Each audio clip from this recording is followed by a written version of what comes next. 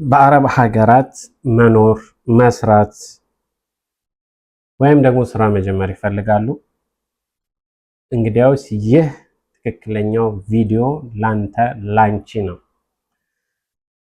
ወደ ተለያዩ አረብ ሀገራት ላይክ ዱባይ፣ ባህሬን፣ ኳታር፣ ኩዌት አጠቃላይ የገልፍ ሀገራት በስራ ጉዳይ ወይም ደግሞ በተለያዩ ጉዳዮች ላይ ጉዞ ማድረግ ስንፈልግ በቋሚነት ሀገሩ ላይ ለመስራት ወይም ደግሞ ለመኖር ጉዞ ማድረግ ብንፈልግ ምን ያስፈልገናል የሚለውን በዚህ ቪዲዮ እዳስስላችኋለሁ።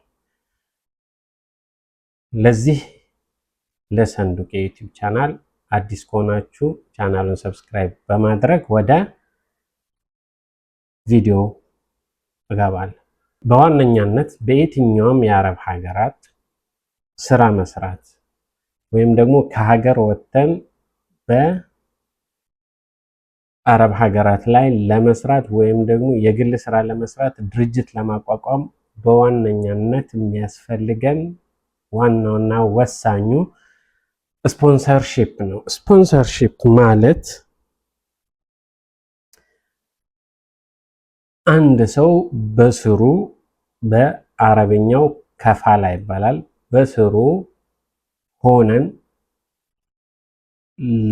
ለግለሰቡ ልንሰራ ሊሆን ይችላል፣ ለድርጅቶች ልንሰራ ሊሆን ይችላል፣ በተለያዩ ተቋማት ስራ ልንሰራ ሊሆን ይችላል። ያንን ለመስራት ፍቃድ የሚሰጠን ወይም ደግሞ ቪዛ የሚሰጠን አካል ስፖንሰርሺፕ ወይም ከፋላ ይባላል። በተለይ አሁን ላይ ስደት በጣም ሰፍቷል ሀገራችን ላይ። በመሆኑ ስደት እንደተጠበቀ ሆኖ ግን በህገ ወጥ የምንሰደድ ማንኛውም አይነት ስደተኞች ከባድ የህይወት መስዋዕትነት ያስከፍለናል። ስለዚህ በህገ ወጥ መንገድ መሰደድ ሊቆም የሚገባው በጣም ትልቅ የማህበረሰባችን ነቀርሳ ነው። ሆኖም ግን ወደ ነጥቤ ስመጣ ይህ ስፖንሰርሺፕ ወይም ደግሞ ከፋላ የሚባለው በሶስት ዋና ዋና ነጥቦች ይከፈላል። የመጀመሪያው የስራ ስፖንሰርሺፕ ወይም ደግሞ ካምፓኒ ስፖንሰርሺፕ ነው። እንደዚህ አይነት ስፖንሰርሺፖች ሲገኙ በጣም መታደል እና ትልቅ ቻንስ ወይም ደግሞ ትልቅ እድል ነው። እንደ ማንኛውም ዜጋ አንድ ሰው ከአካባቢው ወጥቶ ህይወቱን ለመቀየር ቤተሰቡን ለመቀየር የላይፍ ስታይሉን ለማሳደግ በካምፓኒዎች የተገኘ ስፖንሰርሺፕ ከሆነ ቀጥታ ካምፓኒው ከኤጀንሲዎች ጋር ዲል ያደርግና የሚፈልገውን አይነት ሰው ክራይቴሪያ ያስቀምጣል። ኢንተርቪው ሊኖረው ይችላል፣ ቃለመጠይቆች ማለት ነው። እነዚህን ቃለመጠይቆች ፕሮሰሶችን በኤጀንሲዎች አማካይነት እንዲሁም በካምፓኒው ወኪል ሀገር ድረስ ሄዶ በሚያደርገው የስራ ቪዛ ምልመላ አማካይነት የሚመጡ ሰዎች እነዚህ ካምፓኒ ስፖንሰርሺፕ ይባላሉ። ይህ ትልቁ አድቫንቴጅ ምንድን ነው? ስትመጡ ከመኖሪያ ፍቃድ ጋር መኖሪያ ቤት አገልግሎት ጀምሮ ካምፓኒው ፕሮቫይድ ያደርጋል ወይም ደግሞ ያዘጋጅልናል። እንደየ ካምፓኒው አግሪመንት ነው የሚሆነው። ምናልባት ያው አብዛኛው በዚህ ደረጃ ስፖንሰርሺፕ ሆነው የሚያመጡ ሰዎች ግን ምን አላቸው?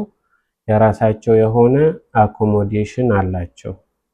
ስለዚህ እንደዚህ አይነት ስፖንሰርሺፖች ናቹራል እና በቃ የስራ ቪዛ ተብለው ይታወቃሉ።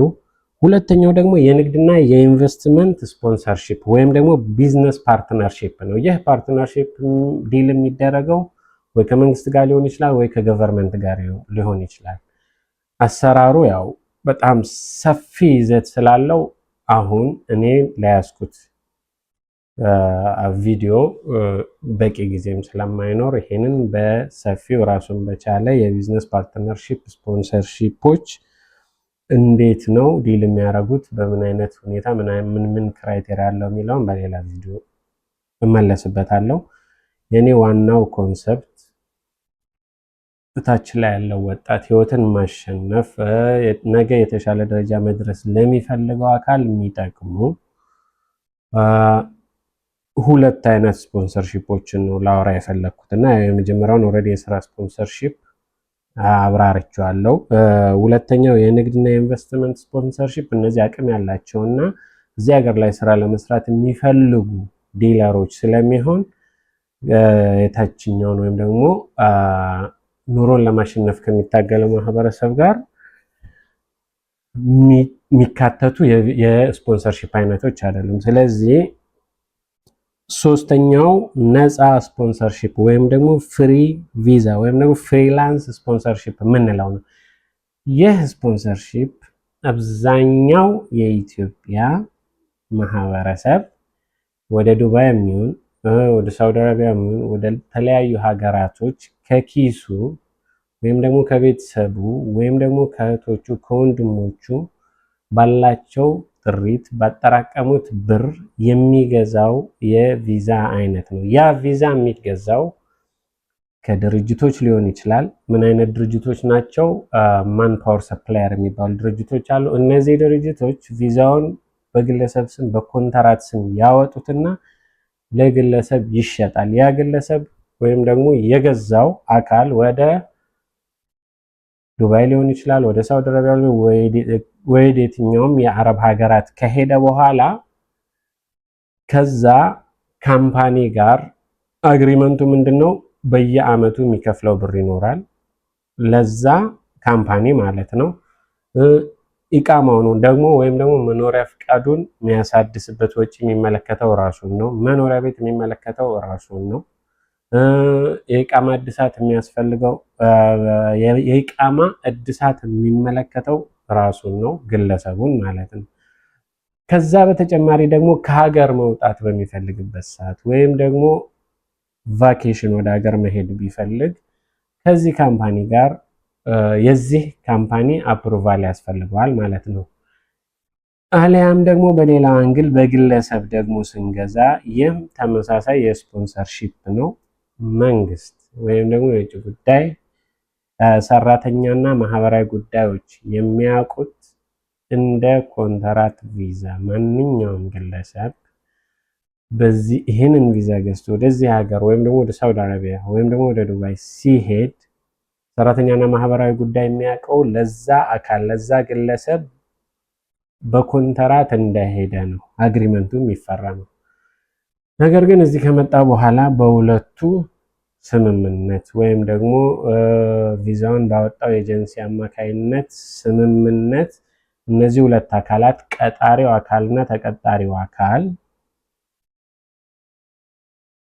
ማለትም ተቀጣሪው አካል በራሱ አቅጣጫ ስራ ፈልጎ እየሰራ አመታዊ የስፖንሰርሺፕ ግብር ወይም ደግሞ አመታዊ የከፊል ክፍያዎችን ላመጣው ሰው እንዲከፍል ይደረጋል።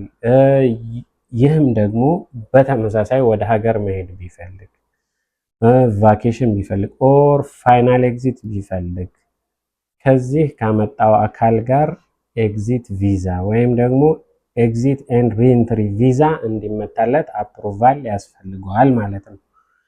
ያንን የሚያደርገው ይህንን ፕሮሰሶች ለሚያደርገው ይህ አንድ ቪዛውን የገዛው አካል ለዚህ ሰውዬ በየአመቱ ሊሆን ይችላል፣ በየወሩ ሊሆን ይችላል፣ እንደ ስምምነታቸው ለቪዛውን ፕሮቫይድ ላደረገለት አካል የተወሰነ ነገር ይከፍላል ማለት ነው። ይህ ግን እንደ መንግስትና እንደ ሰራተኛና ማህበራዊ ተቋም በሚያውቁት ደረጃ ሳይሆን ስቲል ይህም የሚመከር አይደለም። በጣም ጥሩና የተሻለ የሚባለው የስራ ስፖንሰርሺፕ ወይም ደግሞ ኢምፕሎይ ስፖንሰርሺፕ የሚባለው አንድ ከካምፓኒ ጋር ዲል አድርጎ መምጣት ኦር ስቲል በግለሰቦችም ደረጃ ደግሞ አግሪመንቱ ተፈጽሞ ለዛ ግለሰብ የሚሰራ ከሆነ ለዛ ለተስማማው አካል ወይም ደግሞ ቪዛውን ላወጣለት መኖሪያ ፍቃዱን ፕሮቫይድ ላደረገለት አካል የሚሰራ ከሆነ ስቲል ያ አካል አንድ ለመጣ ግለሰብ ወይም ደግሞ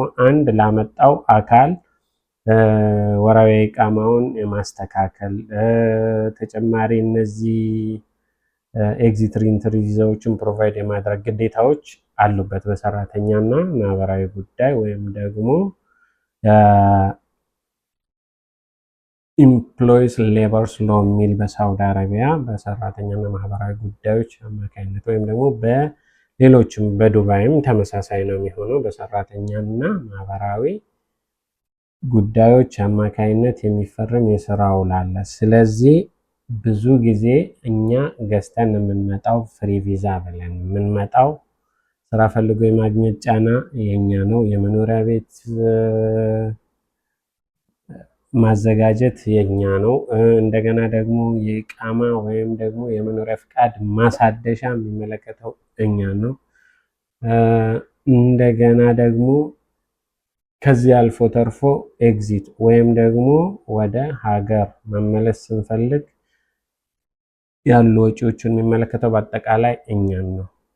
ስለዚህ እያንዳንዱ የሚገዙ ቪዛዎች ወይም ደግሞ እያንዳንዱ ፍሪ ቪዛ የሚባለው ፍሪ ቪዛ ሳይሆን በአንድ አካል ስፖንሰርሺፕ አማካኝነት የሚሰጥ የስራ መስሪያ ፍቃድ ቪዛ ነው። ስለዚህ የኔ ምክር አቅም ፈቅዶና ተችሎ ቪዛን የመግዛት ፍላጎት ያላችሁ ሰዎች ወይም ደግሞ ከሀገር የመውጣት ፍላጎት ያላችሁ ሰዎች በመጀመሪያ ደረጃ ልታደርጉት የሚገባውና ወሳኙ ጉዳይ ምንድን ነው? የምሰራው ስራ ምንድን ነው? እዛስ ሀገር ሄጄ ልሰራ የምችላቸው ስራዎች ምንድን ናቸው ብለን ራሳችንን በስራ አብቅተን ከመጣን በኋላ ልንሰራ የምንችለው ስራ የስራ አማራጮች ሙያዎችን ይዘን መምጣት ብንችል ትልቅ የስራ እድል ይከፍትልናል ማለት ነው። ለዚህ የዩቲዩብ ቻናል አዲስ ከሆናችሁ ሰብስክራይብ፣ ሼር ማድረጉን እንዳትረሱ። በሚቀጥለው ቪዲዮ እስከምንገናኝ መልካም ጊዜ